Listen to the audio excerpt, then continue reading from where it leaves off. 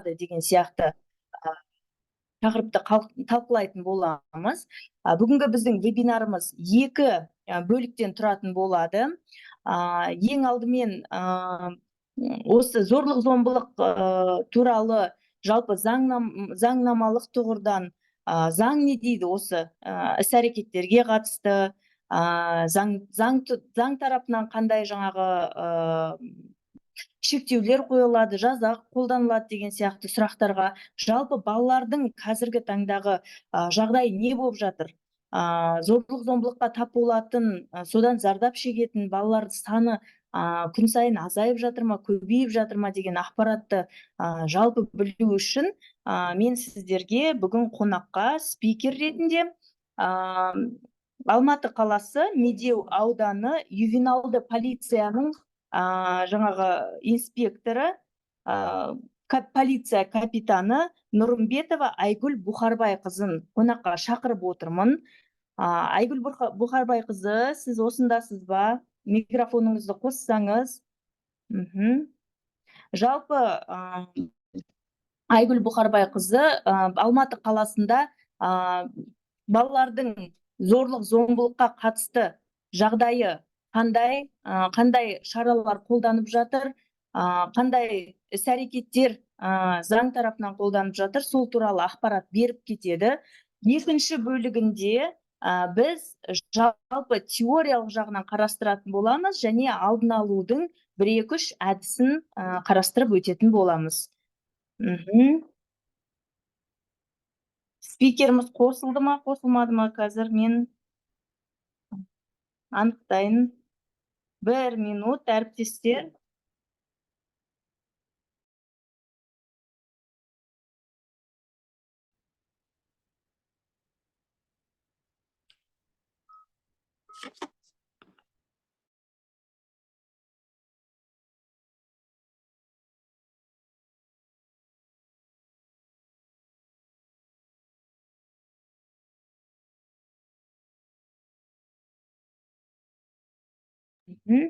Спикеріміздің, міне көріп отырмыз. Айгүл Бұхарбайқызы, саламатсыз ба?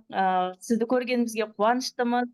Видеоңызды көрсетіп, жалпы жұмыстан бізге баяндама жасайын деп отырсыз.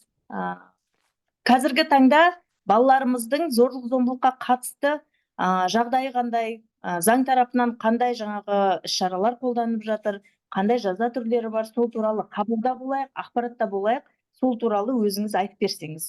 Сөз сізде. Саламатсыздар ма, құрметті әріптестер? Мен даусым естіліп тұр ма? Даусыңыз естіліп тұр, сізді көріп тұрмыз, бәрі жақсы.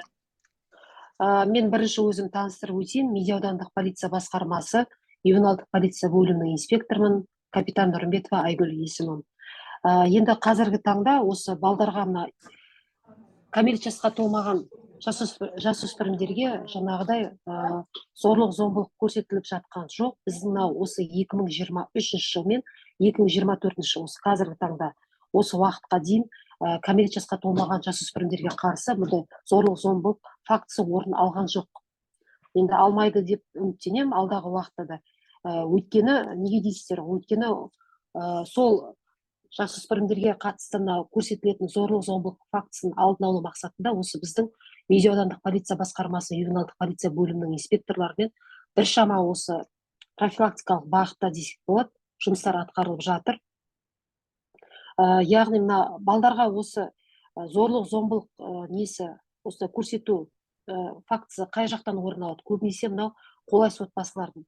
Қолайсыз отбасы деп отырғанымыз мына жаңағы сәтсіз отбасы дейді ғой. Жартылай жаңағы папасы өгей, болмаса анасы өгей, жаңағы болмаса жаңағы ата-аналары ажырап кеткен сондай отбасыларымыз үнемі қадағалауды алып отырамыз. Біздің жаңағы Медеу аудандық полиция басқармасының есебінде 53 осы жаңағы профилактикалық осындай неге бағытта жұмыс атқаратын отбасылар бар. Оларды айына біз 3 рет, 4 рет жиі кейбір жаңағы неге алкогольдік неге салынған, спирттік неге салынған, ішімдікке салынған отбасыларын біз жиі тексеріп отырамыз. Өйткені неге десеңіздер, ол отбасыларда мысалы папасы, әкесі мысалы ішкілікке салынып, баласына зорлық-зомбылық көрсетуі мүмкін. Немесе анасы дәл солай. Үйіне жаңағы бөтен бөгде еркектерді алып келіп, солардан зорлық зомбылық көруі мүмкін. Енді бұл кәмелет жасқа толмаған жасөспірімдерге қатысты осындай жаңағы зорлық зомбылық басқа да өміріне қауіп төндіретін жағдай жасалған жағдайда Қазақстан Республикасының қылмыстық кодексінің 141 бабымен жаңағы жазаға тартылады. Бұл жерде балалардың өмірі мен денсаулығының қауіпсіздігін қамтамасыз ету жөніндегі міндеттерді тиісінше орындамау, яғни жас баланың өмірі мен денсаулығына қауіп төндіретін жағдайда осындай болмаса жас баланың денсаулығына абайсызда ауыр зиян келтіруге әкеп соқса, 2000 айлық есептік көрсеткішке айыппұл немесе түзету жұмыстарына немесе 2 жылға дейін бас бостандығынан айыруға әкеп соғады. Ондай факті енді Аллаға шүкір осы біздің мына Медеу аудандық полиция басқармасында ондай әлі орын алған жоқ. Алмай-ақ та қойсын деп ойлаймын. Мен бар айтарым осы, енді сұрақтарыңыз болса жауап беруге дайын.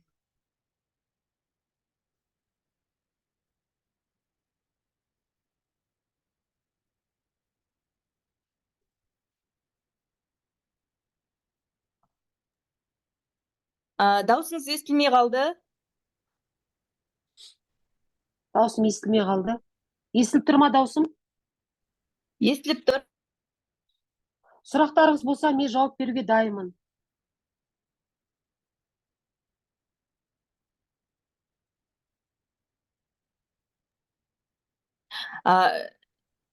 Әріптестеріміз сұрақтарын дайындағанша менің бір сұрағым бар еді. Жаңа аудиторияны қыздыра берейік, иә. Айгүл Бұқарбайқызы, жалпы енді қараңыз, балаларға қатысты зорлық зомбылықты көбінесе жаңағы қиын өмірлік жағдайға тап болған отбасыларда кездестіреміз деп жаттық, иә. Ал мысалы жаңағы енді ойламаған бір ортада жаңағы тәп-тәуір отбасында да ондай дүниелер болуы мүмкін ғой. Соны біз жаңағы мамандар ретінде қалай байқасақ болады? Қандай жаңағы бір енді сіздің тәжірибеңізге сай сүйеніп айтып берсеңіз, қандай бір ерекшеліктері болады зорлық зомбылыққа тап болған баланың шы? Енді қандай Назира ханым, енді бұл өте бір андай, қалай айтсам екен, қалай айтсам екен бұны. Мысалы, біз мектептерге, осы жақында ғана мектептерде, мысалы, біз профилактикалық бағытта жиналыстар өткіземіз. Біз үнемі жиналысты түнгі уақытта жүрмеу, балдардың жаңа құқық бұзушылыққа жол бермеу мақсатында айтып өтеміз де, жиналыстың соңында міндетті түрде балдардан сұраймыз. Үйлерінде ата-аналарынан зорлық зомбылық көретін болсаңдар, болмаса кім өгей әкеме тұрады, или жаңа көршіден басқа зорлық зомбылықтың белгілері болса, ешқандай қысылмаңдар. Бізге айтуға қорықсаңдар, класс жетекшілерің бар, басқа апайлар бар, сенім артатын. Соларға келіп міндетті түрде айтыңдар деп. Одан бөлек біз тәрбие жөнінде орынбасарларын қатыстыра отырып, анонимді жөнінде сауалнама жүргіземіз. Егер балдар өздері айта алмайтын болса, анонимді түрде. Мысалы, айта алатындар да бар, айта алмайтындар да бар деген сияқты ғой. Но онда енді факті орын алып жатқан жоқ. Мектептерде, біздің мектептерде.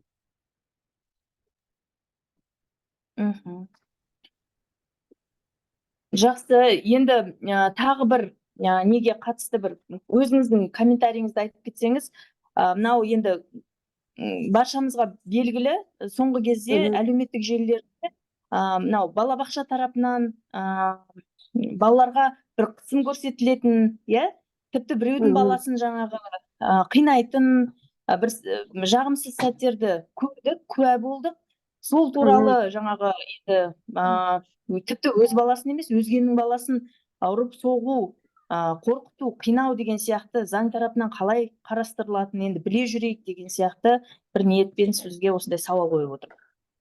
Енді ол балабақшада да жаңағыдай ғой, осы Қазақстан Республикасының қылмыстық кодексінің 141 бабымен ол уже қылмыспен неге жазаға тартылады. Сондай жаңағы жол беретін болса, баланың өміріне, денсаулығына қауіп келтіретін жағдайға осындай орын алатын болса, ол міндетті түрде жаңа тұлғаға уже қылмыстық іс қозғалады бірден. Мысалы, бізде балабақша болсын, көбінесе енді балабақшадан түседі ғой. Мысалы, неге түседі, қоңырау түседі, осы 102 арнасынан.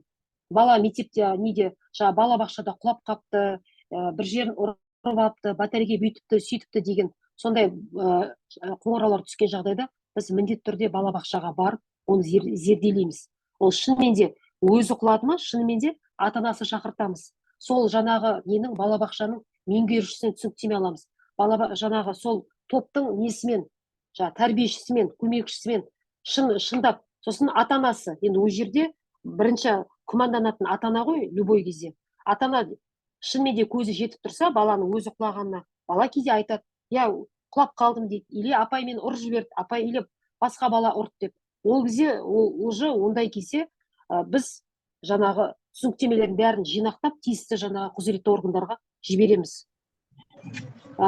Енді ондай айтып тұрмын ғой, енді бұл жылға, осы 2024 жылға ондай жағдайлар бізде орын алған жоқ. Но болып жатыр, балабақшада құлады, жаңағыдай бір жерін ұрып алды деген сияқты. Но ондай әлі де ондай болған жоқ, балабақшаларда түскен жоқ. Болмай-ақ қойсын да деген тілектеміз. Жалпы енді Алматы қаласы үлкен бір шаһар болғаннан кейін, Медеу ауданы ол жаңағы жоғарғы жағында орналасқаннан кейін енді бұл жақсы көрсеткіш деген ойдамын. Алайда енді жалпы бұндай жағдай әрине баланың өмірінде болмағаны да дұрыс. Тіпті бізде ешқандай жаңағы не тіркелмеді деген кезде қуаныш та болды біздің жаңағы сіздің сөзіңізге қатысты.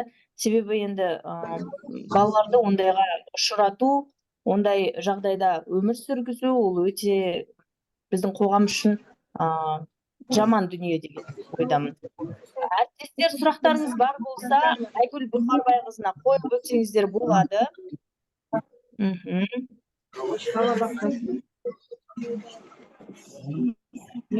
Рахмет сізге. Бар ма? Ал егер Айгүл Бұқарбайқызы, егер мен балабақшаның тәрбиешісі ретінде, әріптестер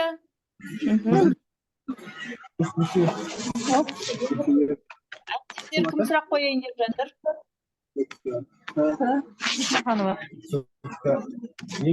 Бекмаханова.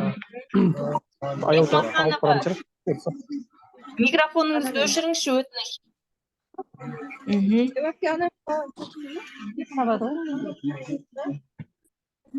Мына жерде микрофондарыңызға мұқият болып отырсаңыздар, Айгүл Бұқарбайқызы, соңғы бір сұрағым болсын, енді жаңағы балабақшаның қызметкері ретінде, жаңағы тәрбиеші болсын, кім болсын, бала үйден, сырттан балабақшаға келген кезде оның жаңағы денесінен, оның мінез құлқынан қандай да бір жаңағы өзгешелік, одан кейін жаңағы баланың үйде зорлық зомбылыққа тап болып жатыр-ау деген бір ой пайда болған кезде, жалпы маман ретінде, Қазақстан Республикасының азаматы ретінде не істеу керекпіз? Қандай әрекет жасау керекпіз? Бала жаңағы неге келген кезде байқасақ, оның бойында жаңағы, тіпті жаңағы сенімді болсақ, оған зорлық зомбылық жасалып жатқан туралы.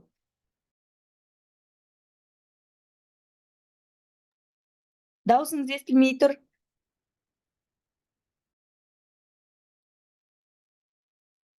Естіп тұр ма енді даусым?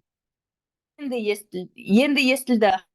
Сондай жағдай орын алып, шынымен де баланың денесінен сондай жаңағы зорлық зомбылықтың белгілері көретін болса, ол кезде балалар қорғау департаменті бар. Мына 102 арнасына телефон шалып, бізді шақыртады, ювенальный инспектор міндетті түрде ол кезде барады. Ата-анасы шақыртамыз. Оны ары қарай уже тексереміз. Ол не жағдайда? Если бала өзі сөйлей алатын болса, баладан сұрастырамыз. Ата-анасына қатыстыра отырып, баланың өзіне заңды өкілісі біз түсінік аламаймыз ғой. Сондықтан ол шынымен де ондай тәрбиешілер енді болып, жанашырлық танытып, шақыртып жатса, кәнекей, ол кезде уже ары қарай бәрі зерделенеді, қараймыз. Жақсы, рахмет. Расымен де, мен үшін де өте маңызды бір ақпарат айттыңыз. Ондай жағдайда 102-ге қоңырау шалып, оны жаңағы полиция қызметкерлерін шақыру туралы мен де ойламаппын, білмеппін. Көбінесе біз ата-анасына хабарласамыз ғой. Мынаға не болды деген сияқты, құлап қалды деген сияқты. Бұл жерде енді ондай жағдайлар болмай ақ та қойсын, әрине, бірақ Иә. көбінесе ешқандай ата-ана мойындамайды мен ұрғанмын деп. Шынына келген кезде құлап қалды, байқамай қалды деген сияқты. Енді баланың үнемі құлай беруі мүмкін емес. Сол себептен де осындай сұрақты, Иә. сауалды сізге қойған едім.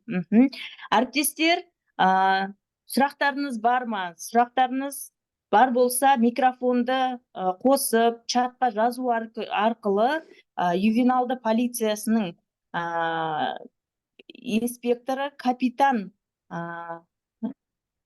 жаңағы лауазымын атқаратын әріптесімізге осы балалардың құқығын қорғауға қатысты жұмыс атқарып жүрген, күн түн демей, тіпті жаңағы балалардың өмірінде неше түрлі жағдайларды күнде көз алдында өткізіп жүрген жаңағы Айгүл Бұхарбайқызына қойып, сұрап, жаңағы тәжірибе алмасаңыздар болады.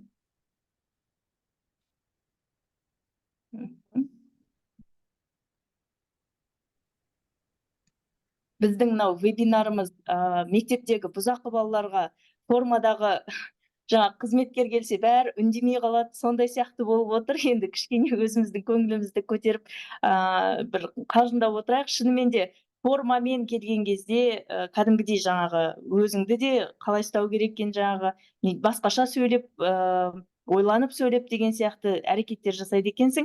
Мүмкін әріптестеріміз ұялып отырған шығар. Әріптестер, тағы да қайталап айтам, сұрақтарыңыз бар болса, Айгүл Бұхарбайқызына қойып, тәжірибе алмасып, не істесем болады, мына әрекетім дұрыс па деген сияқты жаңағы сұрақтарыңызды, сауалдарыңызды қойсаңыз болады. Саламатсыздар ма, әріптестер? Қиын бала дегенді қалай түсінуге болады? Оны қандай балдар жатқызамыз қиын балдарға? Қиын балдар болғанда қай жағынан қиын бала? Осы біздерге қойып жатса, біз интернатпыз ғой. Мүмкін. Қайсы интернат? Қызылорда қаласында. Қызылорда қаласы? Қызылорда қай жері? 7-ші интернат, мектеп интернат. 7-ші, микрорайондағы ғой, иә? Жалантөс Бахадүр. Енді бізге айтып жатады, осы қиын балдар бар ма? Қиын балдар неге жаңағы тізімін беріңіздер деп. Девиантный мінез құлықты балдар болады. Қандай балдар жатқызамыз? Девиантный мінез құлықты балдар болады. Девиантный. Мына үйден қашып кете беретін, мысалы қыз балдар болады. Бізде ондай балдар жоқ. Біздің балдарымыз тек ата-ананың бақылауында және тәрбиешілердің, мұғалімдердің бақылауында. Сіздер комиссия отырысына шығарып көрдіңіздер ма ондай балдарды? Бізде ондай балдар жоқ. Бірақ бізге кейде тексеру келген кезде қиын балдар бар ма сіздерде деп жатады да. Біз ондай балдар жоқ дейміз. Сонда ойлаймыз енді, бұндай мүмкіндігі шектеулі балдарда неге қиын бала жоқ деп кейде бір сұрақтар қойылады. Түсіндіріп айтамыз, бізде енді ата-ананың үнемі бақылауында, балдар ата-аналар алып келеді интернатқа, ата-аналар өздері сабақ біткеннен кейін алып кетеді. Қалған уақытта тәрбиешілердің, мұғалімдердің бақылауында болады деп сөйтіп түсіндіреміз ғой.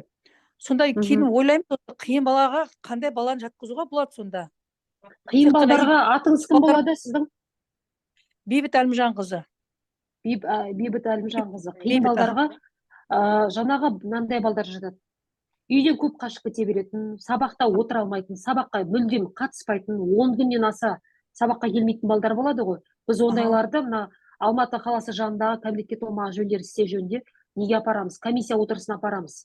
Сол жерден төраға өзі қарайды, соңғы шешімді шығарамыз. Енді ол комиссия отырысынан ешқандай нәтиже шықпайтын болса, біз ол кезде девиантный мектеп дейміз ғой мына. Сол жерге баланы орналастырамыз. Бізде бар кейбір оқушылар уже ата-анасының өзі безіп отырған ол баланың тәртібінен. Тәртіпке де басқаға да бағынбайтын оқушылар бар. Енді сіздер мектептеріңізде айтып тұрсыздар ғой, ондай балдар жоқ. Қандай балдар жатады деп. Түнгі уақытта жаңағы тұрғын жайдан тыс жерде жаңағы қаңғыбастыққа салынып жүретін балдар болады. Түнгі уақытта бар ғой, 11-ден кейін жүруге болмайды ғой, 18 жасқа толмаған балдарға. Сол түнгі уақытта қайта-қайта полиция қызметкерлеріне анықталып, қайта-қайта ата-анасының жұмыс орнына, мектепке, білім беру мектебіне ұсынхаттар келе беретін балдар болады үсті-үстіне. Міне баласы осындай қаңғыбасқа салынып жүр, немен айналыспайды баласының тәрбиесімен, я болмаса мектеп айналыспайды деген сияқты. Вот сондай балдарды мен қиын балдар деп айта аламын. Я тәртіпке көнбейді, я басқаға көнбейді. Иә, жақсы, рахмет. Бізде Аха. енді лайық балдар жоқ, дегенмен де болмасын.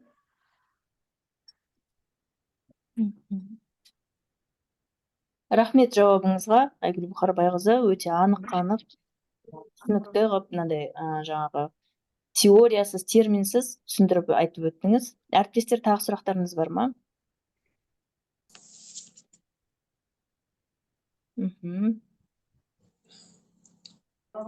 Мына сәтті пайдаланып, мынау жаңағы кәдімгідей осы сұрақпен заңды түрде күнделікті жұмыс істейтін маманға сұрақ қойып алыңыздар. Мазалайтын сұрақтарыңызды, білгіңіз келетін сұрақтарыңызды. Себебі мен Айгүл Бұқарбайқызын көп уақытқа емес, бір 20-30 минутқа деп жаңағы шақырған болатынмын. Сол себептен сұрақтарыңыз бар ма деп әлі сәл сұрап отырғаным да осы.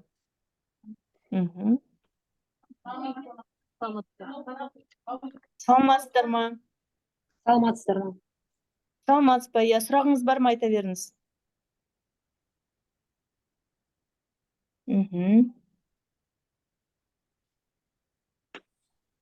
Жалпы мынау балалардың мінез құлқы. Мен естіліп тұрмын ба? Естіліп тұрсыз, айта беріңіз. Қарағанды облысы, Қарқаралы қаласы, нөмір 44-ші Мәдиба апай атындағы мектеп-интернат тәрбиеші жөніндегі орынбасары Жанна Төлеубековнамын. Менің сұрағым зорлық-зомбылыққа қатысты емес. Бірақ менің сұрағым сіздерге осы қазіргі кезде бізде интернат болғаннан кейін біздің көпшілік ата-аналарымыз мынау шалғайдағы қыстақтарда тұрады. Солар мысалы біз ата-ана жиналысына шақырған уақытта ата-ана жиналысына жинағы ата-аналарымыз келмейді. Мен сол кісілерді жауапкершілікке тарта аламын ба? Баласының тәрбиесімен айналыспай отырғандықтан. Жаңағы ата-аналар жиналысына ата-ана келмейді дейсіз, иә? Ол жаңағы бұзақылық жасайтын, үнемі жаңағы бұзушылыққа жақын балдар ма, сонда именно ол келмейтін ата-аналар? Жоқ. Бірақ дегенмен де ол ауылдың балалары ғой, арасында енді болып тұрады, енді бірін-бірімен төбелесіп қалады, ер балалардың арасында ондай жағдайлар енді көп емес. Енді ер бала болғаннан кейін бірін-біріне қол көтеру сәттер болып қалады. Сол кездерде ғана шақырған кезде ата-ана жетіп келеді ондайда. Ал бұлай ата-ана жиналысына шақырса, олар келмейді. Соны ойлаймын да, ата-ана жиналысына келмеген үшін барлық мектепте соны мен жауапкершілікке тарта аламын ба ата-ананы? Ол заңда көзделмеген. Ол жөнінде сіз оны жауапкершілікке тарта алмайсыз. Тек енді батырып мына телефонмен звондап айтуыңызға болады. Бала енді былай қарасаңыз, бала сол ата-анаға жауап береді ғой, енді баланың әрбір іс-әрекетіне. Келу керек ол ата-ана жиналысына. Үнемі қатыспай ма сонда жиналысқа? Үнемі қатыспайды, бұлар бізді жинаған анау шалғайда қыстақтарда тұрғандықтан біз келе алмаймыз, біздің көліктеріміз жоқ деген сияқты сылтау айтып жиналысқа келмейді. Нақты мысалы біз ақпарат ата-аналарға бізге берсін деп жатыр қазір, ата-аналар тәрбиелесін деп жатыр бізге. Біз сол мүмкіндікті мысалы істей алмай отырмыз. Ал сондықтан мен ойлаймын, біз не істей аламыз? Интернатқа бекітілген ювенальный инспектор бар ма сіздерде? Бар. Біз енді олармен де қазір жұмыс жасап жатырмыз, сол кісілерге де хабарлама береміз. Сол кісілерді қосып, соларды шақыртып, ата-аналармен солармен неге сөйлестірмейсіз? Инспектор, ювенальный инспектор. Міне полиция қызметкеріне берем телефонды, осылар сөйлессін деп. Вот солар айту керек. Ал баласы ертең бір жағдай болып қалған жағдайда, ертең олар ата-аналар отырады. Ол кезде кім виноват? Полиция мен мектептің мұғалімі виноват. Бізге айтпады, ескертпеді деп.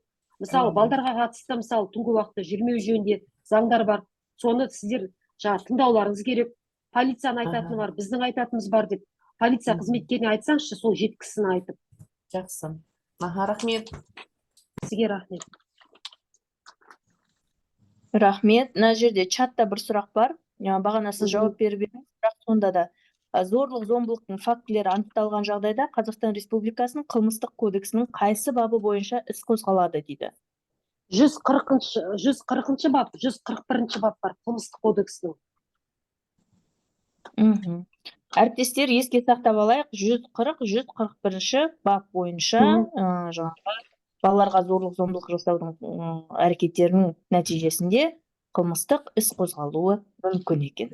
Енді сұрақтар көп деп ойлаймын. Әлі де кездесуге, осындай вебинарларға шығып, бірлесіп балалардың құқықтарын қорғау үшін оларға мынау өмір сүруге, дамуға қауіпсіз орта қалыптастыру үшін бірлесіп жұмыс жасайтын жаңағы сәттерімізде, кездерімізде көп болады деген ойдамыз. Айгүл Бұхарбайқызы, сізге көп рахмет. Бүгінгі жаңағы берген сұхбатыңыз десек те болады, кері байланысыңыз, жалпы тәжірибемен бөлісуіңіз көп жаңағы әріптестерімізге, маған да пайдалы болды. Білмеген ақпараттарды біліп, тіпті жаңағы қандай жағдайда не істеу керек деген сияқты бір сұрақтарыма да жауап ала алдым. Әріптестер, тағы да сұрақтарыңыз бар болып жатса, чатқа жазасыздар. Енді мен сөзімнен таймай Айгүл Бұхарбайқызын уақытында жаңағы вебинардан шығарып салуға мәжбүр болып тұрмын. Себебі енді жұмыс, ол кісінің жұмысы өте маңызды. Балалардың құқықтарын қорғауға қатысты тікелей жаңағы жұмыс атқарады. Балалардың дәл қазір мүмкін бір балаға көмек керек болып жатқан шығар деген сияқты бір оймен жалпы жаңағы сәттілік тілеумен сізге бірлесіп жасаған жұмысымыз өз нәтижесін берсін. Зорлық-зомбылыққа тап болмайтын балаларымыз көп болсын. Сіз сияқты жаңағы баяндама басындағыдай жалпы біздің Қазақстанда балаға қатысты зорлық-зомбылық қолданбасын деген бір тілекпен сізге рахметімді айтамын. Көп танысқанымызға, бүгінгі вебинарда ақпарат бергеніңізге көп рахмет.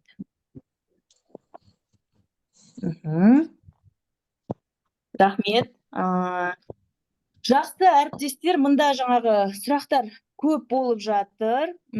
Кешкі рейдке сынып жетекшілер шығу дұрыс па деп жаңа сәл үлгермей қалдық. Но жалпы жаңағы баланың құқығын қамтамасыз ету үшін ол жаңағы сіздердің міндеттік лауазымдық міндеттеріңізде де көрсетілген бір әрекет. Біз жаңағы баланың түгелдей қауіпсіздігіне жауап береміз, жаңағы демалыс кезінде де, мынау каникул кезінде баланың өмірі үшін, іс-әрекет үшін ата-ана мен жауаптымын деген жаңағы қолхат жаздырып аламыз.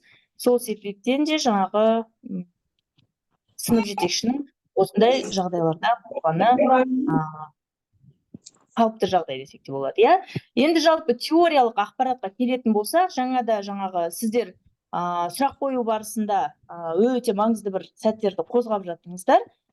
Жалпы зорлық-зомбылық деген ұғымға, оны алдын алу үшін не істеуге болады деген сұрақтарға бірге жауап іздеп көрейік. Ең алдымен мен сіздерге мынандай кішігірім ойын ойнағанды ұсынғым келіп отыр. Миф или факт, не болмаса аңыз немесе шындық деп аталады бұл ойын.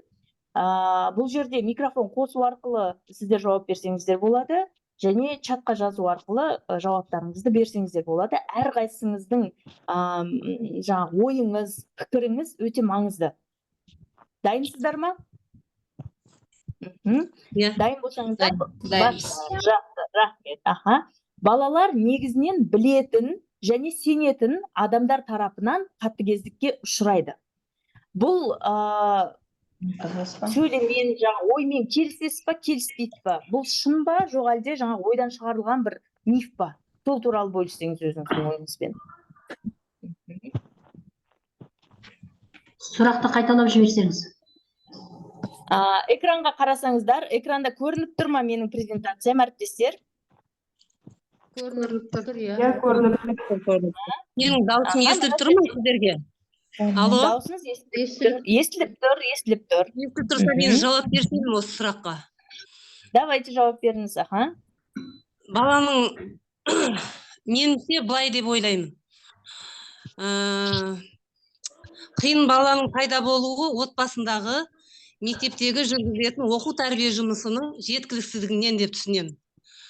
Яғни ата-ана тарапынан, мектеп қабырғасынан жылылық сезінбеген, мейірімділік көрмеген оқушы өмірде өзінің ешқандай қажетсіздік деп қажетсізбін деп есептеп, ашуланшақ, агрессивті, қатыгез болып өседі.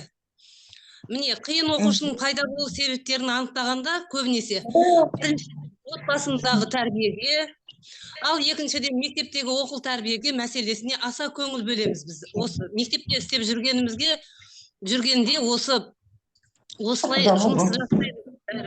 Также вот готовьте игру, там вот это вот. Сейчас пойдемте. Светлана Вершинина, пожалуйста, отключите микрофон. Мысалы, көптеген психологтар, психолог ғалымдардың зерттеулеріне қарағанда, солардың еңбектеріне жүгінетін болсақ, бізде оқушылардың мінез-құлқындағы қиындықтардың пайда болу себептерін отбасындағы дұрыс тәрбие бермеудің салдарынан болатындығын анықтайды. Бірінші, ойыңыз өте экономикалық жағдайы. Қараңыз, мен сізді тоқтатайын, сіздің ойыңыз өте дұрыс,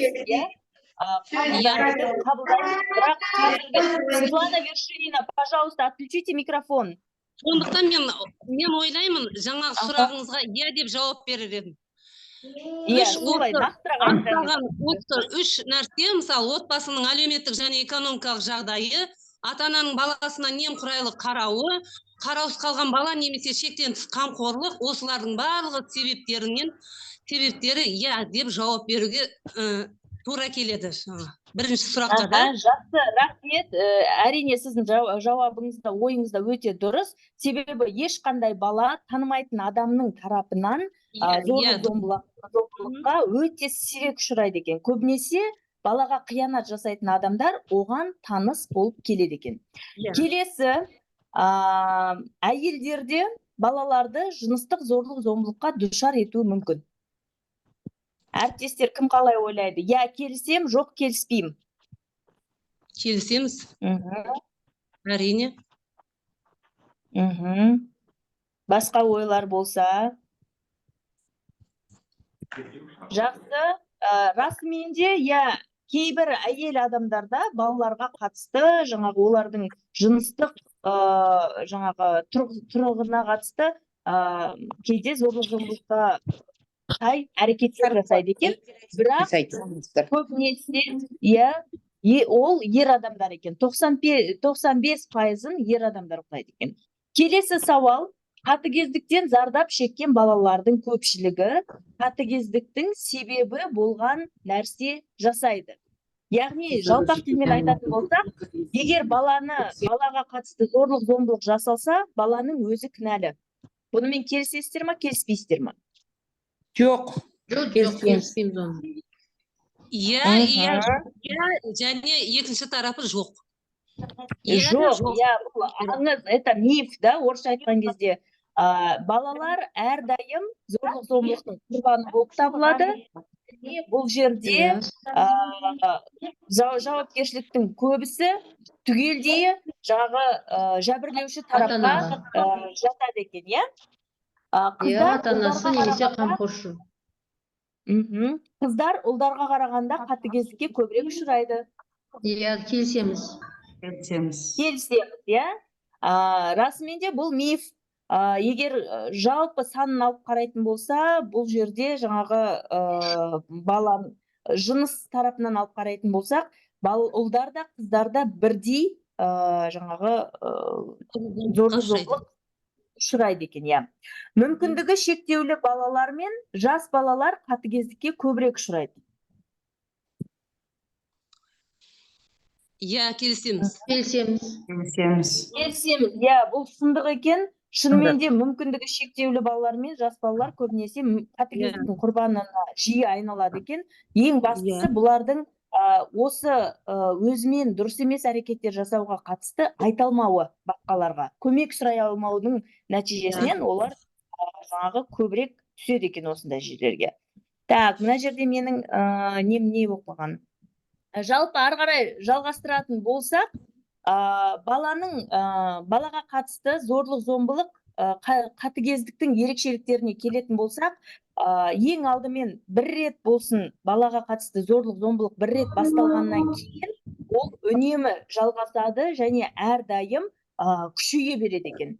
Одан кейін ең алдымен кез келген ересек адам, үлкен адам болсын, балаға зорлық зомбылықты жасаудың бір себебі баланың үстінен бір бақылау орнату, немесе қандай да бір жаңағы оны бір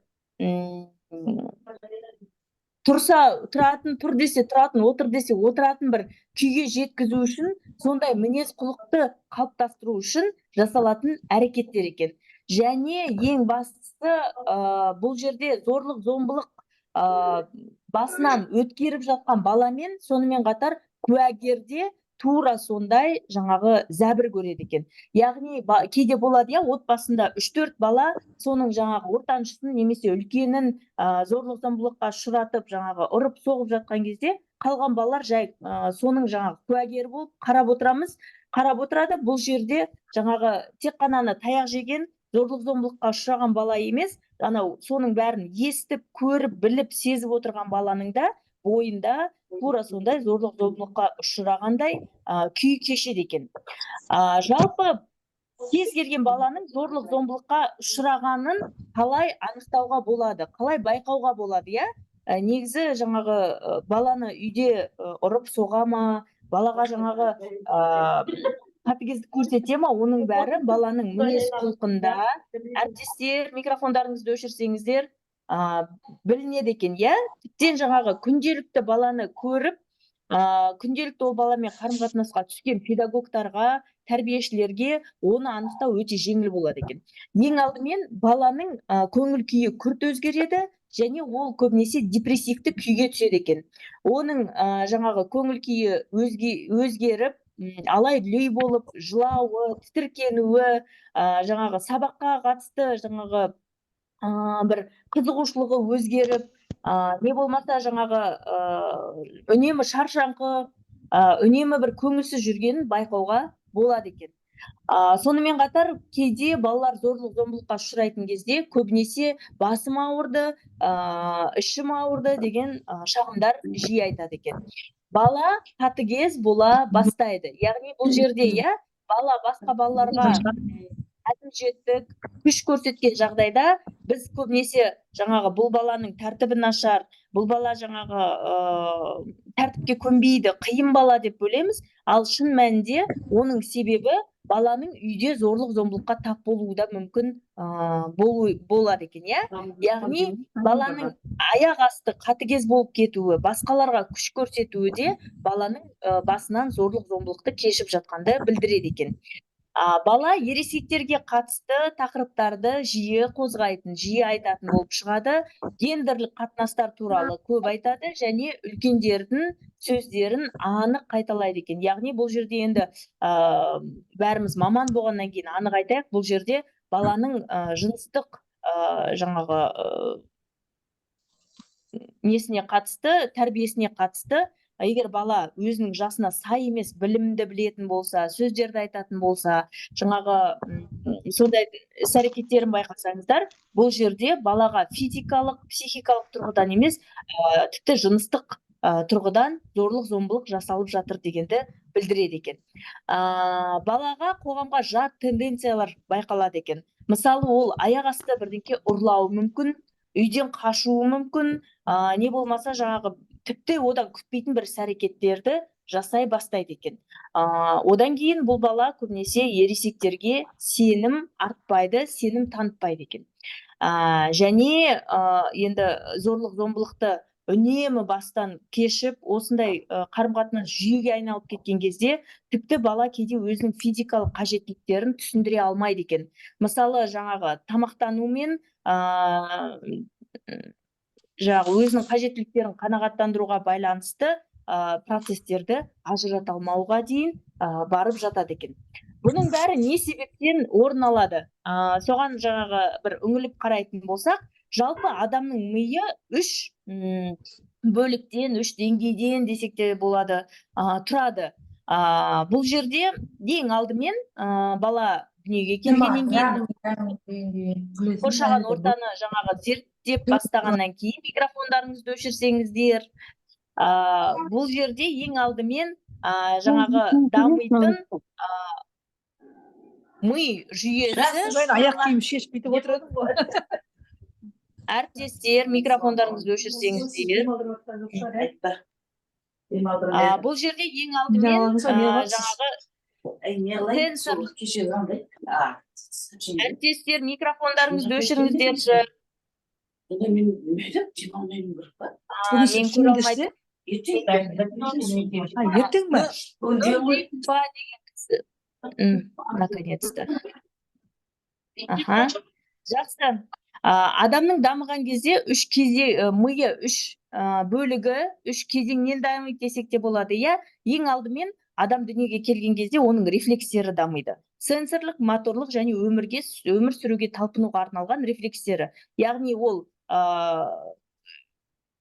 жаңағы тамақтану, демалу, жылау деген сияқты рефлекстері дамиды екен. Екінші кезекте лимбиялық ми, яғни бұл жерде біздің эмоционалдық күйіміз, жалпы мынау қоршаған ортаны сезіну, басқаларға бауыр басу деген сияқты процестер дамиды екен. Және тек қана үшінші кезеңде қабығы ойлау және оқыту процестеріне жауап беретін кора головного мозга деп аталады, сол дамиды екен. Яғни қараңыздар, бұны не себептен мен сіздерге ақпаратқа айтып отырмын. Егер бала үнемі зорлық-зомбылыққа ұшырайтын болса, оның миының дамуы бәсеңдейді, тіпті жаңағы даму тоқтап қалуы да мүмкін екен. Мына жерде презентацияда сіздерге екі сурет ұсынылып тұр. Бұл жерде ең бірінші суретте, егер бала қалыпты жағдайда өзін жаңағы дамытатын, түсінетін, сүйіспеншілік білдіретін, дұрыс тәрбие беріп жатқан ата-ана қасында болса, баланың миының дамуы осына мына суреттегідей болады екен. Бұл жерде мидың сканерін қарайтын болсақ, мына қызыл точканың бары баланың миындағы белсенділік, яғни қызығушылық, балаға бәрі қызық, бәріне жаңағы құлшынысы, қызығушылығы жоғары болады. Ал баланың жаңағы қандай да бір түрде зорлық-зомбылықты көретін болса, мынау екінші суретте көрсетіліп тұр, бұл баланың миы осылай дамиды екен. Яғни, мынау сол жақтағы сурет пен оң жақтағы суретті салыстыратын болсақ, оң жақтағы суретте мидың белсенділігі, мидың жұмыс атқаратын жаңағы участоктерінің белсенділігі төмен, байқасаңыздар. Сол себептен де бұл балалардың қандай да бір сабақтардан қиыншылықтары болуы мүмкін, қандай да бір ережелерді ұғынуға қатысты қиыншылықтары болуы мүмкін. Себебі зорлық-зомбылықтың нәтижесінде бұның тіпті миының дамуына теріс әсер бергені. Енді мына бағана айтып кеттік, жалпы зорлық-зомбылықты біз жаңағы ұру-соғу деп қана түсінеміз. Көп жерде ата-анамызда, мен бұны ұрмайым, соқпайым, жаңағы не жетпейтін түсінбеймін деген сияқты жаңағы бір шағым айтып жатады. Жалпы заң тарапынан зорлық-зомбылық 4 форматта, 4 түрге бөлінеді. Ең алдымен ол физикалық тұрғыдан ұру, соғу, итеру, жаңағы шапалақпен ұру, арқасынан ұру деген сияқты. Бұл психологиялық тұрғыдан жеңіл түріне жатады. Себебі енді жаңағы ең алдымен физикалық тұрғыдан зорлық-зомбылықты байқауға да, басқаға көрсетуге де болады, және түсіндіріп айтуға да болады. Екінші, бұл психикалық.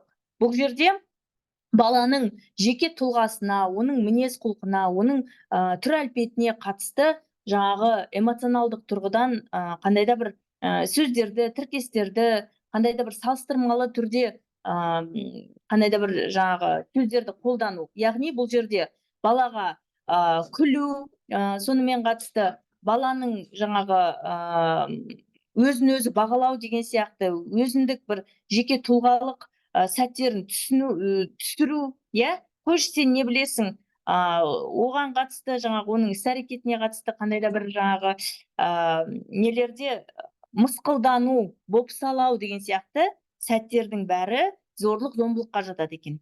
Үшінші түрі енді бәрімізге таныс, ол жыныстық зорлық зомбылық болып табылады. Бұл жерде баланың жаңағы жыныстық территориясына десек те болады, иә, қандай да бір тіпті жаңа қоғаммен қабылданбайтын іс-әрекеттер жасалып жатады екен. Жыныстық зорлық зомбылық ең қиын түрі болып саналады. Себебі кейде бұл жерде психикалық та, эмоционалдық, физикалық та зорлық зомбылық қолдануы әбден мүмкін екен. Және адамның дамуына, баланың дамуына өте теріс әсер ететін, салдары тіпті үлкен өмірде де байқалатын, тіпті соған байланысты жаңағы баланың өмірінде де қандай да бір жаңағы қиындықтар болатын, бұл баланың қажеттіліктеріне немқұрайлық таныту. Яғни орысша айтқан кезде пренебрежение нуждами ребенка деп айтылады. Яғни бұл жерде балаға ауырған кезде тиісті емдеу шараларын жасамау, баланың қажеттіліктеріне сай киім, тамақ, дәрі-дәрмек әпермеу, иә. Сонымен қатысты жаңағы енді бәріңіз маман болғаннан кейін, балалармен жұмыс істейтін болғаннан кейін көріп жатасыздар, иә. Қыстың күні тіпті жаңағы жұқа аяқ киіммен, жұқа бір киіммен келетін балалар болады. Мынау күнделікті сабақта қолданылатын қаламсаптары, қарындаштары болмайтын балалар болады, иә. Соның бәрі ата-ананың баланың дамуына қатысты немқұрайлық таныту деп қарастырылады екен, және заң бойынша да жаңағы бұл зорлық зомбылықтың бір түрі болып есептелінеді, және ең адамның дамуына теріс әсер ететін осы зорлық зомбылықтың түрі екен. Енді кез келген зорлық зомбылыққа тап болған бала, оның ең алдымен мынау әлемге қатысты, қоршаған ортаға қатысты, басқа адамдарға қатысты, сонымен қатар өзіне қатысты танымдық өзгерістер пайда болады екен. Яғни баланың ойлау қасиеті, қабілеті өзгереді екен. Бала басқалардан зорлық зомбылық көрген кезде, мен бұлар сияқты емеспін, мен өзгешемін, қолымнан ештеңе келмейді, тіпті жаңағы ештеңеге жарамаймын, осының бәріне өзім кінәлімін, мен бұл өмірге келмеген кезде бұндай болмайтын еді. Сонымен қатар жаңағы мен осындай жаңағы ұсқынсыз болған үшін, сұлу болмаған үшін, жаңағы қандай да бір жаңағы жеке бет әлпетіне қатысты, иә, дене пішініне қатысты проблемаларды атай беретін кезде үйде, иә, мысалы көбінесе ол толық балаларға, бой жағынан жаңағы кішкентай балаларға да жиі айтылып жатады. Соның бәрі күнде есту, күнде сезіну, күнде білу, жақындар тарапынан күнде соны жаңағы күнделікті өмірінен өткізу, бұл баланың танымдық өзгерістерімен қатар мінезіндегі проблемаларға алып келеді екен. Яғни бала өмірге ашуланшақ, ызақор, агрессивті болып келмейді. Оны сондай жасайтын қоршаған ортасы мен қасындағы адамдар екен. Бұның алдын алу үшін біз не істей аламыз? Ең алдымен жаңағы көбінесе біз жаңағы баламен зорлық зомбылық болған кезде ғана кәдімгідей іс-әрекет жасап бастаймыз, мынаны істеу керекпіз, мынаны істеу керекпіз деген сияқты. Бірақ сонымен қатар алдын алу шараларын алсақ, әлде қайда көбірек бала осы зорлық зомбылықтан зардап шекпейтін еді деген бір ойымыз бар. Және мына алдын алу шараларда көптеген балаларды осындай сәттерден сақтап қалуы әбден мүмкін. Ең алдымен жалпы балалардың қасындағы ересектермен, ата-анасымен, мұғалімдермен, достарымен, балалардың өзімен түсіндіру жұмыстарын жүргізу. Бұл жерде балаларға зорлық зомбылық дегеніміз не? Қандай әрекет жасаса, жасамаса зорлық зомбылық болып есептелінеді? Сонымен қатар жаңағы әр түрі қандай түрге жатады? Соған қатысты жаңа заң тарапынан қандай шектеулер, қандай жаңа жазалаулар қолданылады деген сияқты ақпаратты міндетті түрде түсіндіру. Көптеген жаңағы әрекеттерді, иә, басқаны ренжітіп қою, ұрып қою деген сияқты сәттерді балалар кәдімгі жаңағы білместіктен, заңды білместіктен басқаға қатысты іс-әрекет жасауға, жаңағы ұруға, соғуға болмайды дегенді білмей түсінбегендіктен көптеген сәттерде осындай әрекеттер жасап жатады екен. Екінші алдын алу шараларының бірі ақпарат жинау. Яғни балаға қатысты зорлық зомбылыққа көзіңіз жетсе, болмаса жаңағы бір сондай сезім болса, осы бала туралы, отбасы туралы міндетті түрде ақпарат жинау, оны көршілерінен, құрдастарынан, алыс туыстарынан, неше түрлі адамдардан алуға болады екен. Бұл жерде жаңағы ең несі дамуында ерекшеліктері бар. Сонымен қатар жаңағы енді қоғам болғаннан кейін балалар үйінен келген балаларға қатысты болуы әбден мүмкін. Үшінші, зорлық зомбылық туралы хабарланған кезде шара қолдану. Бұл жерде жаңа біздің инспекторымыз да жауап беріп кетті. Жалпы ең алдымен, егер баланың шынымен де расымен де зорлық зомбылыққа тап болғанын байқасаңыз, мүмкін жаңағы үйге барғанда сіздің алдыңызда осындай жағдай пайда болса, туса, онда сіз расымен де балаға зорлық зомбылық жасалына ма, және жалпы баланың осы отбасында қалуы қауіпсіз бе? Сол сұраққа жауап бересіз, содан кейін жаңағы алгоритм бойынша 102, сонымен қатар осы сұрақпен айналысатын мамандарға хабарлайды екенбіз, Зардап шеккен баланы қорғау. Яғни бала көбінесе зорлық зомбылық туралы ешқашан айтпайды, себебі ол жаңағы қорғау, ешкім мені қорғай алмайды, ешкім маған көмектесе алмайды деген оймен ол ешкімге тіс жармайды екен. Сол себептен міндетті түрде балаға біз оған көмектесе алатынымыз туралы, жалпы ол заңмен қорғалатыны туралы жаңағы ақпаратты айту. Ол көбінесе мынау үлкен жастағы 5-6-дан асқан балаға қатысты айтылады, Бірақ алайда біздің қазіргі таңдағы балаларымыз 3 жастан да 4 жастан да жалпы бәрін біліп түсініп отырады. Және ақпараттандыру деген іс-шара, яғни балаларға да, ата-анаға да біздің елімізде зорлық зомбылыққа қатысты көмек көрсететін дағдарыс орталықтары бар екені туралы, жалпы ақпаратты алатын көздер, көмек алатын көздері бар екені туралы айтуымыз өте маңызды. Осыған қатысты Қазақстан Республикасы бойынша 111 телефоны, 150 жаңағы горячий линия телефондары жұмыс атқарады. Ол жерде мамандар көмек көрсетеді және тиісті іс-әрекеттерді орындайды екен. Сонымен қатар әр қаланың жаңағы әлеуметтік қорғау қызметінің телефонын өзіңіздің жаңағы қол астында ұстап, міндетті түрде жүрген ортаңызда, қоғамда таратып жүрсеңіз өте маңызды. Себебі осы әлеуметтік қорғау қызметі осы сұрақтармен айналысады екен. Енді мына суретке байқасаңыздар, көп деген сұрақтарға жауап береді, Яғни әкесі анасына, анасы баласына зорлық көрсетсе, бала өзінен кішірек, өзінен осалырақ адамға міндетті түрде, бұл жерде енді ойыншық болып тұр, бұл қоғамға шықса басқаға осындай зорлық зомбылық көрсетеді екен. Осындай ақпаратты да жеткізу өте маңызды. Жалпы ата-аналарға да балаларға қатысты зорлық зомбылық әрекеттерге қатысты заң тарапынан жаза қолданылатыны туралы ақпарат беру өте маңызды.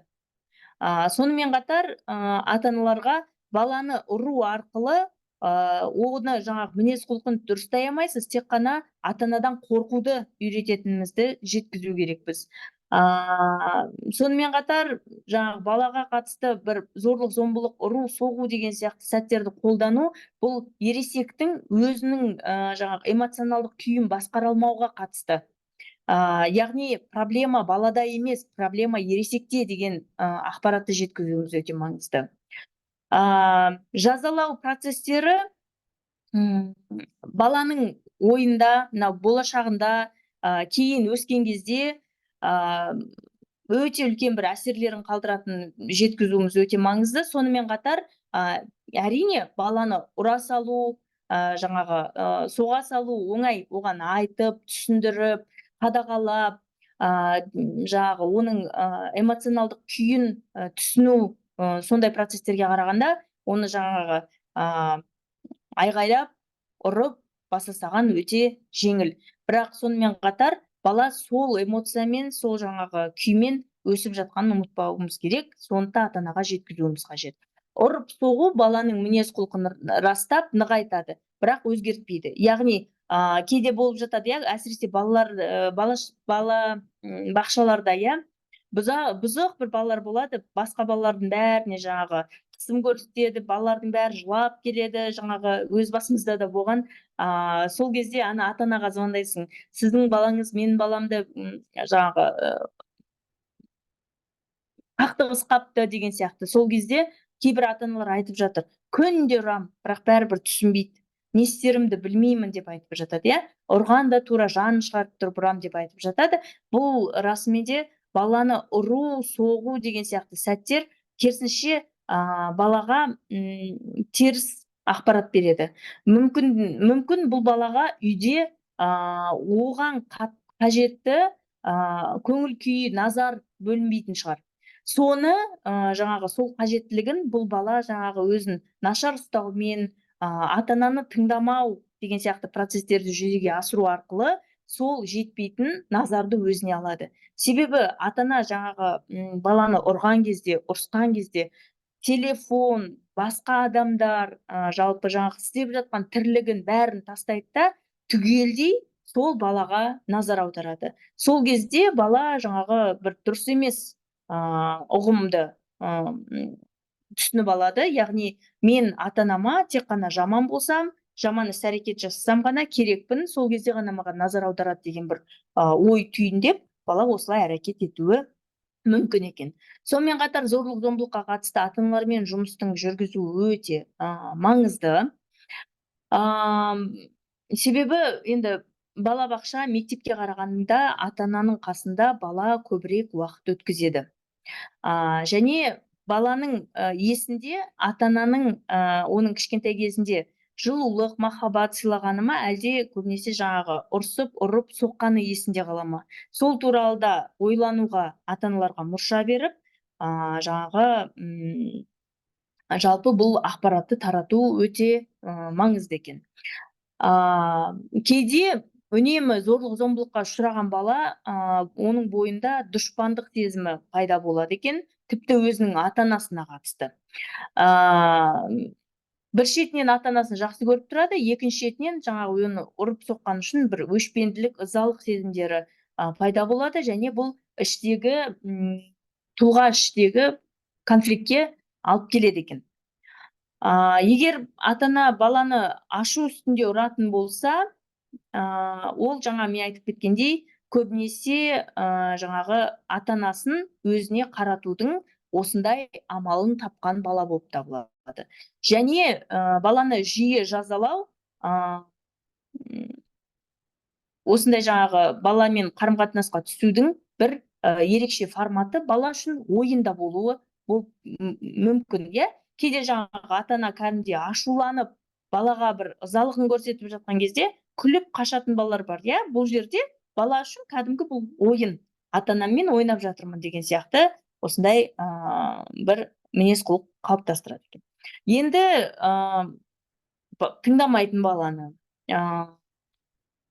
кейде жаңағы бір үйдегі ата-ананың тапсырмасын орындамайтын баланы, қалай тәрбиелеуге болады? Жазаламасақ, оны ұрыспасақ, ұрмасақ не болады деген бір жаңағы сұрақтар болуы мүмкін, пайда болады. Ол тіпті біздің жаңағы елімізде, ұлтымызда жаңағы сөзбен тәрбиелеу деген процестер бар. Сол жазалауды немен алмастыруға болады? Ең алдымен сабыр мен шыдамдылық. Бұл ата-ананың ең ұлы қасиеті болып есептелінеді екен. Неге ата-ана айғай салады, ұра салады? Себебі сабыры мен шыдамдылығы жетпейді. Сол себептен де жаңағы осы қасиетті дамыту керек екен. Түсіндіру. Қазіргі таңда мына асығыс заманда балаға түсіндіргенге қарағанда оны соға салу жеңілірек болып көрінеді кез келген ата-анаға. Бірақ бала үшін бұл сәт өте түсініксіз болады. Қандай да әрекет жасаса, оның жаңағы дұрыс не бұрыс екенін түсінік алмағаннан кейін ол керісінше жаңағы ұрып соғу, балағаттау деген сияқты сәттерді алатын болған кезде ол да оның мінез құлқына әсер етеді екен. Баяулық таныту. Кейде жаңағы бала бір іс-әрекет жасап жатқан кезде оны жазалауға, ұрып соғуға асықпау, оны үнемі әрқашан үлгереміз. Керісінше жаңағы түсіндіру жұмыстарын есіне түсіріп, өткенде сен екеуміз сөйлесіп едік қой деген сияқты жаңағы іс-әрекеттер жасау және марапаттау, олар жазалаудан гөрі тиімдірек болып саналады екен. Мысалы, енді бәріміздің бойымызда микрофоныңызды өшірсеңіз, Ұлбосын Мамбеталиева. Бәріміздің бойымызда кішкентай бір бала өмір сүреді деп есептесек те болады. Марапаттау дегенге қатысты айтқым келіп отыр. Енді бәріміз жұмыс бастымыз, бұл жерде жұмысқа кешіккен адамға айыппұл салынады дегенге қарағанда, жұмысқа уақытылы келгендерге жаңағы қандай да бір марапаттау, бір күн жұмыстан 1 сағат ертерек кетуге болады. Не болмаса жаңағы қандай да бір сыйақылар тағайындалынады десе, әрине жұмысқа кешігуге емес, уақытында келуге ынтамыз жоғарылайды екен. Тура сондай жаңағы баланың мінез құлқына қатысты оны жаңағы жағымды бағытқа ауыстыру үшін жазалағаннан гөрі, егер сен осы аптада мысалы өзіңді дұрыс ұстайтын болсаң, ешқандай сенің мінез құлқыңа, жаңағы тәрбиеңе қатысты шағым айтылмайтын болса, онда екеуміз балмұздақ жейміз деген сияқты жаңағы бір кішігірім марапаттау, жоғарылату деген сияқты сәттерді қолданатын болсақ, бұл әрине жаңағы баланың да мінез құлқына, сонымен қатар ата-ананың да баланың мінез құлқына зорлық-зомбылықпен жауап бермеуге көмектеседі екен. Енді бұл жерде сіздерге баршаңызға таныс Маслоу пирамидасы, бірақ басқа форматта көрсетілген, Егер баламыздың бақытты, осындай мынау жоғарғы шыңындағы күліп тұрған смайлик сияқты болғанын қаласақ, онда оған мынау төмендегі барлық қажеттіліктері жабылу керек, қанағаттану керек екен, Енді мына жерде қарайтын болсақ, жаңағы тамақтану, емделу, ұйықтау, демалуға қатысты, Одан кейін жаңағы базалық қажеттіліктер, тұратын жері, жайлы болуы, жылу болуы деген сияқты. Одан кейін қарым-қатынастар, одан кейін жетістіктері, одан кейін жаңағы өзін-өзі дамытуы, одан кейін барып жаңағы шыңы десек те болады. Бұл жерде өзін-өзі самореализация дейді, өзін-өзі жаңағы басқаларға қолына не келетінін, жалпы қандай дарыны, таланты бар екен көрсете алатын жағдайға жетеді екен. Ал егер баланың өсу, тәрбиелеу, дамытуға қатысты қандай да бір мына жердегі ұяшық жабық болатын болса, біз мына шыңына жете алмаймыз. Үнемі осы жаңа қажеттілікке қайтып келе береді екенбіз. Сол жаңа қажеттілік қамтамасыз етілгеннен кейін ғана баланы осындай күйге жеткізе алады екенбіз. Енді мына зорлық-зомбылыққа қатысты, осыған қатысты жаңағы қандай ақпаратты ата-аналармен талқылау керек, балалармен жұмыс істейтін маман болғаннан кейін жаңағы қандай ақпаратты білу керек деген қатысты курстан кейінгі сүйемелдеуге арналған вебинарымыз бүгін өз мәресіне жетті. Бүгінгі вебинарға қатысты сұрақтарыңыз, кері байланыс болып жатса, микрофон ашық. Өз жаңағы пікірлеріңізді айтсаңыздар болады. Дәл осы вебинар 7 күні сағат 11-де орыс тілінде қайталанатын болады. Сол себептен әріптестеріңізге қызық болады, қажет болады ақпарат деген әріптестеріңізге хабарландыру берсеңіздер болады. Рахмет, өте керемет, жақсы вебинар болды. Істеріңізге сәттілік. Назира ханым, көптеген ақпаратты алдық. Және жаңа чатқа неге жазып жатырмыз, осы өткізген жұмысыңыздың слайдын жіберсеңіз қалай болар екен? Рахмет сізге, көп жемісті болсын. біраз нәрсе үйрендік. Рахмет. Жақсы, рахмет. Сіз Жамбыл облысынан, иә? Иә, Аха, онда кімге жіберем, сол жердің жаңағы әдістемелік кабинетіне, сол жерден сіздерге берсін деп өтінемін. Шарима? рахмет көп. Өте жақсы. Мхм. Сау болыңыздар. Жақсы, рахмет сіздерге көп. Балаларымыз зорлық зомбылыққа ұшырамасын. Ол балалар зорлық зомбылыққа ұшырамау үшін зорлық зомбылық деген не екенін, қандай әрекет жасау керек екенін біз үнемі маман ретінде білу керекпіз, және басқа ата-анаға, мамандарға, қоғамға үнемі айтып таныстырып жүру керекпіз. Саламатсыз ба, кешірерсіз. Саламатсыз ба? Аха, саламатсыз ба, айта беріңіз. Бүгінгі вебинар өте жақсы неде қарқында өтті. Сізге көп-көптен рахмет. Сізде маған да жаңа слайд жүзінде қалай алуға болады сізден? Сіз қай өңірденсіз? Қарағанды қаласынанмын. Қарағанды қаласынан. Сіз курс өткен тренерларға жіберейін, сол кісілерден ала аласыздар, жақсы ма? Жақсы, рахмет аха. Сау болыңыз, рахмет. Барлығына бірақ жіберсеңіз керек бәрімізге. Бәрімізге керек, айтпаңыз. Онда мен тренерларға жіберейін, сіздер курстан өткен чатта болсаңыздар, сол жерге жібереді. Жақсы ма? Аха, жақсы. Бармыз. Рахмет. Жақсы, сау болыңыздар. Сау болыңыз. Сіздерге де көп рахмет. Қосылып, бүгінгі вебинарда белсенді болғандар. Сау болыңыздар. Сау болыңыз.